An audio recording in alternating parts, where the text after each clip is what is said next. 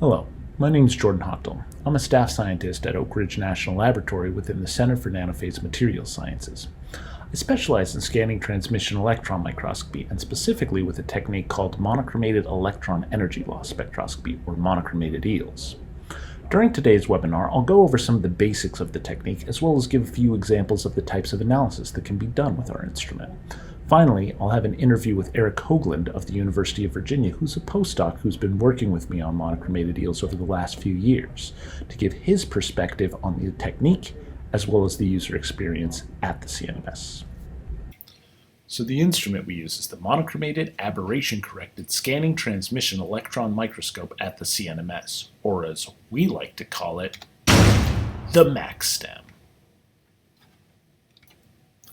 The Neon High Energy Resolution Monochromated EELS STEM 100, or MAXSTEM for short, consists of a cold field emission gun capable of operating at 30, 60, or 100 kilovolts, and a fifth-order aberration corrector, enabling sub-angstrom spatial resolution and even atomic resolution at 30 kilovolts operating voltage.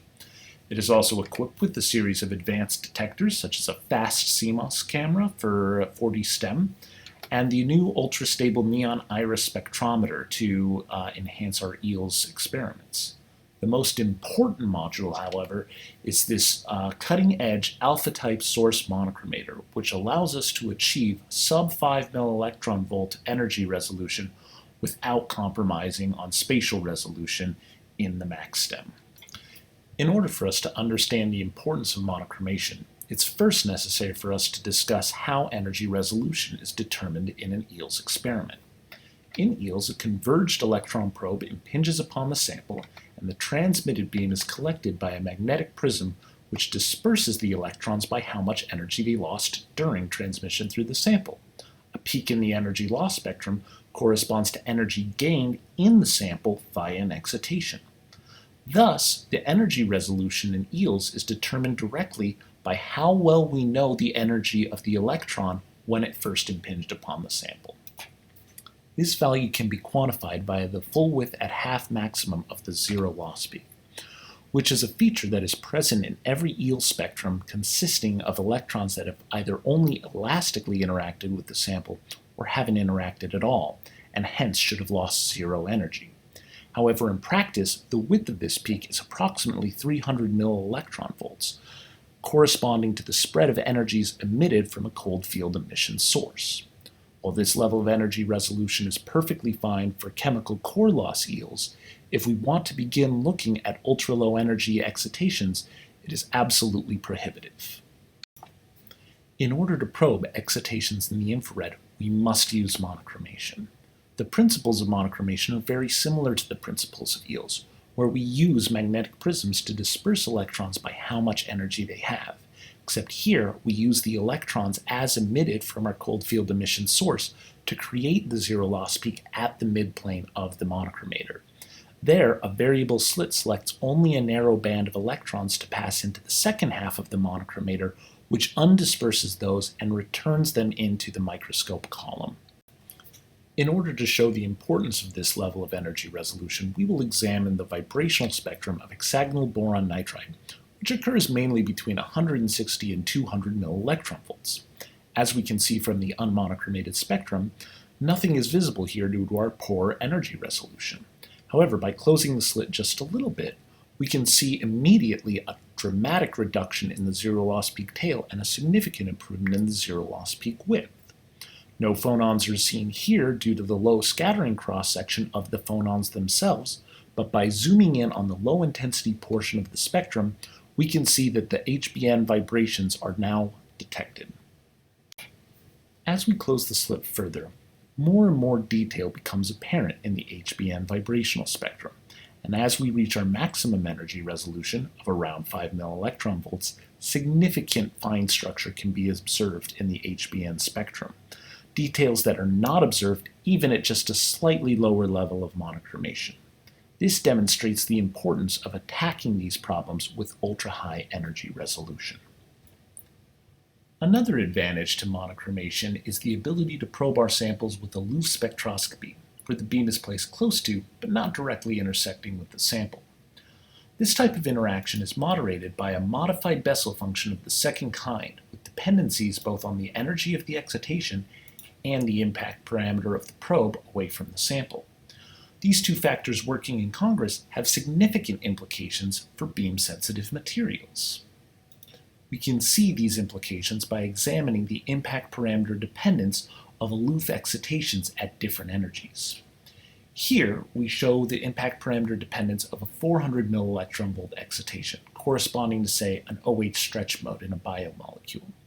We can see, well, of course, when the beam is closest to the sample, the interaction strength is the highest, there is still some significant interaction strength out at 50 to 100 nanometers. This is important because it is not the IR excitations that actually damage the sample. It's the higher energy ultraviolet excitations that can break apart bonds and destroy the sample. And if we plot the impact parameter dependence of an ultraviolet excitation, we can see this falls off very quickly as the beam gets away from the sample. This enables us to define a 30 to 50 nanometer impact parameter region where we have strong IR excitation but weak UV excitation, allowing for efficient damage-free analysis of these low-energy excitations. So this enables us to begin looking at traditionally inaccessible beam-sensitive materials and begin performing advanced vibrational spectroscopy experiments. One such example is shown here for an essential amino acid, L-alanine, where what we're interested in is looking at the effect of site-specific isotopic labels on the detected eel vibrational spectrum. The carbon atoms in naturally occurring L-alanine are all 12C carbon atoms. Here we compare the vibrational spectrum of naturally occurring L-alanine to L-alanine with a 13C label on the carboxyl carbon site. What we see is that most of the excitations have the same energy, but here, especially between 160 millectron volts and 200 millectron volts, significant changes are observed due to this isotopic label. This carries additional importance for electron microscopy because as a charged particle technique, traditionally the technique is insensitive to the neutral neutrons. However, these neutrons do affect the weight of the individual atoms and hence have a significant effect on the vibrational frequency, allowing for the first time electron microscopy to detect the influences of isotopes. And of course, the most important part about performing this experiment in the electron microscope is the incorporation of high spatial resolution into the experiment. Here, we perform an Eels line scan between two crystalline clusters of L-alanine, one with the naturally occurring 12C carbon atoms, and one with the 13C isotopic label at the carboxyl site. We fit the dominant peak in each vibrational spectrum along the Eel line scan, and what we can see is a clear shift between the naturally occurring 12C frequency and the isotopically labeled 13C frequency, demonstrating our ability to distinguish between distinct site-specific isotopic labels at nanoscale spatial resolution. While these aloof interactions help us greatly in examining beam-sensitive materials like L-alanine, it is fundamentally a form of delocalization, which means that it hurts spatial resolution in systems where beam damage is not a predominant effect. In order to circumvent this delocalization, we must consider the electron diffraction pattern and where we collect our eels with respect to that diffraction pattern. Shown here is a representative example of a convergent beam electron diffraction pattern found in a high spatial resolution STEM experiment. The circle is the central bright field disk, which is centered along the optic axis of the electron microscope. Thus, as we go further and further away from this central point, this doesn't represent a radius, but rather a scattering angle. The aloof interactions only impart a small amount of energy into the sample, and are hence only scattered out to a small angle in diffraction space. Alternatively, we can look at a type of excitation triggered by impact scattering, where the electron passes very close to the nucleus of the atom. This results in a large energy transfer into the sample and a large scattering angle for the electrons in diffraction space. The importance of these types of interactions is they are highly localized to their source of excitation, allowing us to use them for high spatial resolution analysis. Thus, while we traditionally collect our eels from the center of the optic axis to maximize our signal to noise ratio, if we move our collection area out to these high angles, we collect only or dominantly impact scattering events to perform high spatial resolution vibrational spectroscopy with a technique called off-axis eels. As an example, I'd like to show you the work I've been doing with Eric Hoagland from the University of Virginia. He's the CNMS user we'll be interviewing later as part of this webinar, and together we've been working on these STO-CTO superlattices which show interesting vibrational properties in high-resolution off-axis eels. We perform an off-axis eels line profile across several periods of these STO-CTO superlattices.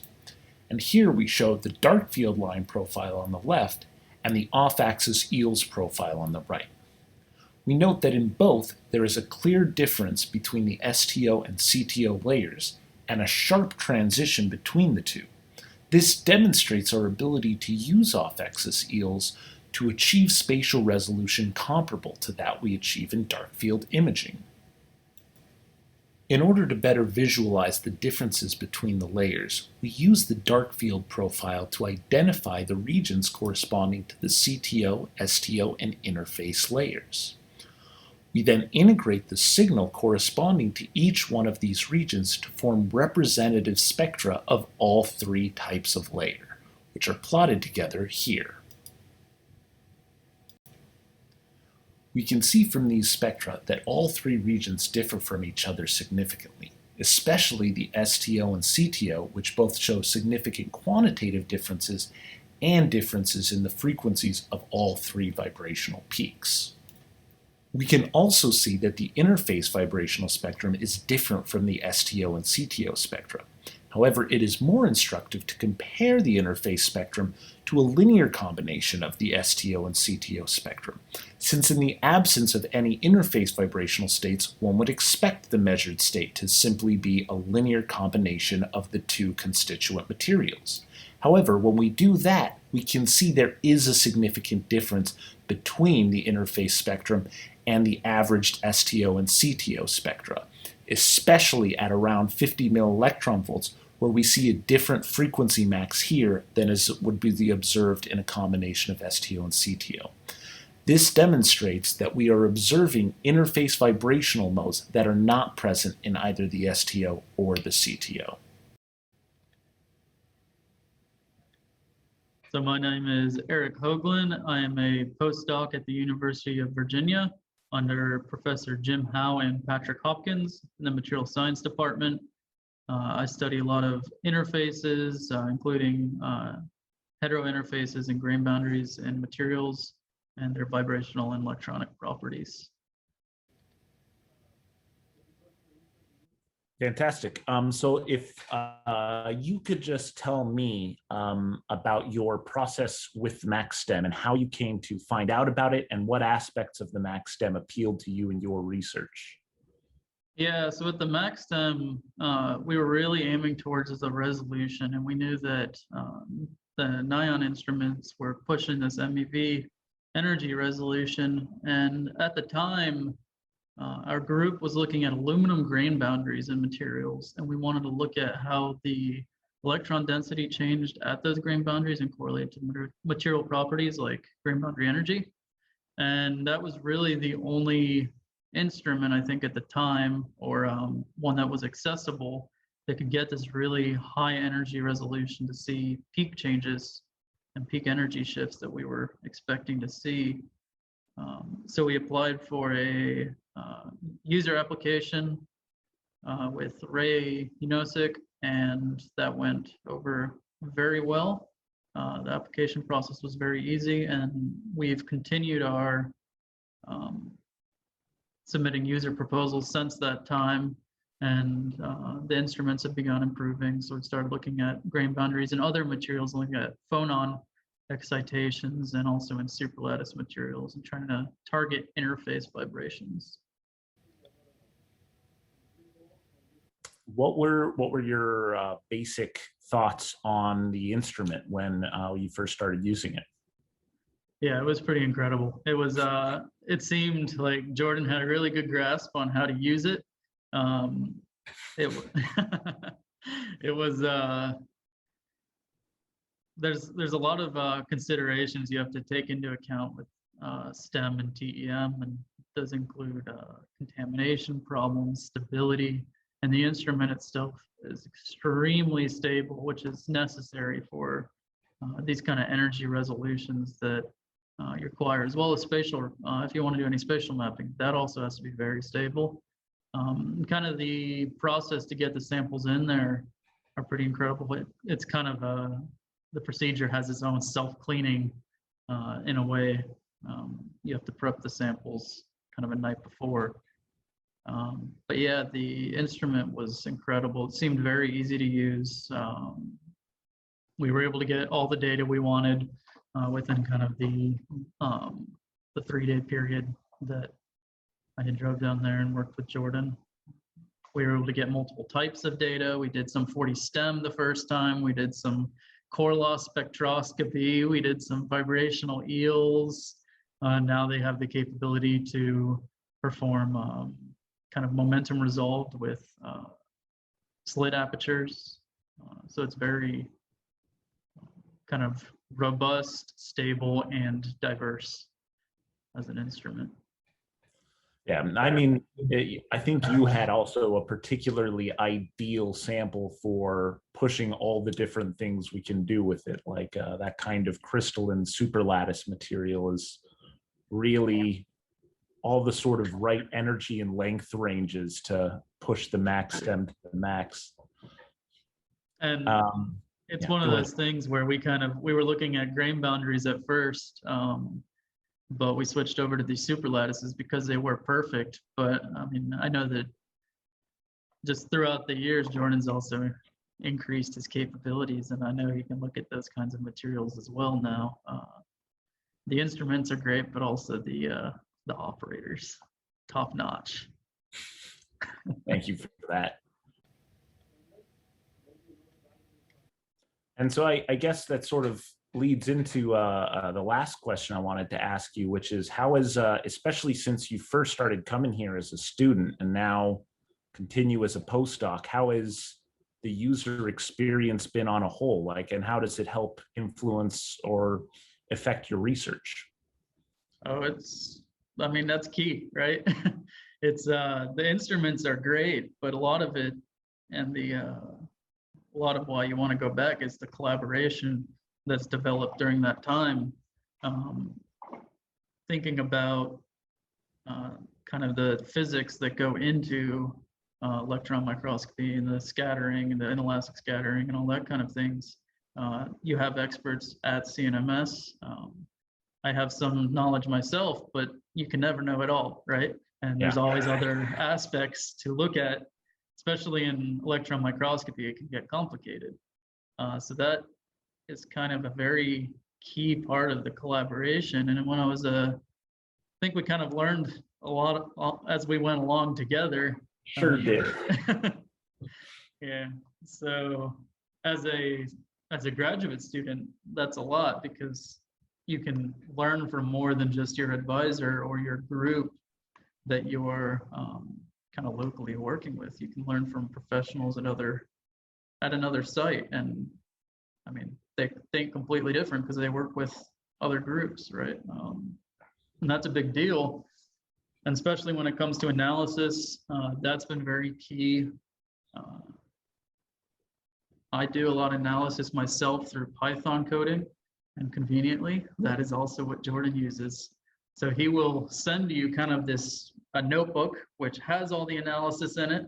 He will send you a PowerPoint with a summary of that analysis. It's very in-depth, which is good, right? That's what you need if you don't know about the microscopy aspect. Everything is in that PowerPoint. If you want to go into further analysis, you can look at his analysis script with figures, everything in it. You can access it yourself if you want to play around with it, or you can tell him to go back and do it again. Well, and also, Also, it actually really helped. You figured out how to do, or you were the one who had the idea of doing the intensity by the energy squared to help with the visualization of our data. And I'd Yeah. never even done that before. And now I'm doing that on all my data because it really helps with the visualization. It's incredibly helpful. Yeah, one of our collaborators, Jay yeah, he's at University of Southern California. He had seen this in other experiments and he suggested it, and I was able to just go right into the notebook, change the intensity scaling how I wanted it, play with you can play with color maps and everything, and then it seemed to work because fitting that kind of data, the vibrational energy loss data is very, very tricky. Exactly. Think of other ways around. But I think you also have a lot of data analysis expertise kind of in CNMS. You alone in your EELS data analysis, but then you can work with teams there for doing much more intense data analysis, machine learning types of things, or segmentation if you're doing image analysis, which also you can include in the user proposal if necessary. It's key. Data doesn't mean anything if you can't analyze it and get something out of That's it. certainly been my experience. Like 5% of my life is on the microscope, and the other 80% is rated to 95. It's just doing the data analysis. Yeah. And in the CNMS proposal, I mean, you mark down the time you need, and you say the number of days you need to be there and instrumentation.